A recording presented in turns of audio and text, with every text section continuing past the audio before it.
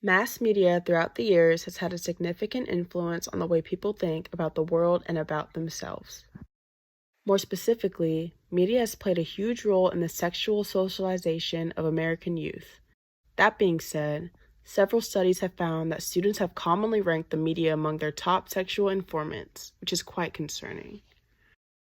A lot of TV shows and movies we see today have the same played-out gender roles among heterosexual relationships. The man is almost always the initiator, while the woman just follows his lead. You want this?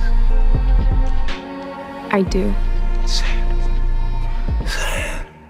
Theorists have found that heterosexual men are socialized to act as directors of sexual activities as well as the teachers and experts of sex. Women, on the other hand, are socialized to take on a submissive or passive role during sexual activity. It seems as if their only role in movies is to be sexualized. Media's objectification of women and their portrayal as subject to men's sexual desires can lead to young adolescent girls to become vulnerable about their bodies and leads them to thinking they're only considered as objects for sexual pleasure, which is objectifying and dehumanizing. Because this dynamic is seen in so much media today, it seems like the submission of women is considered to be the social norm. These movies give a stereotypical and overall unhealthy example of what sexual relations in a heterosexual relationship should look like. It can discourage young girls and give them the idea that all she was made for is her body, while also giving young boys the idea that they can basically do whatever they want to a female.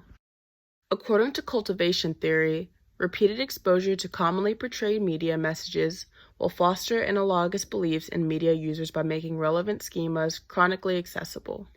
Similarly, teens who frequently viewed TV's repeated references to women as sexual objects would gradually come to adopt similar beliefs about sexuality in the real world.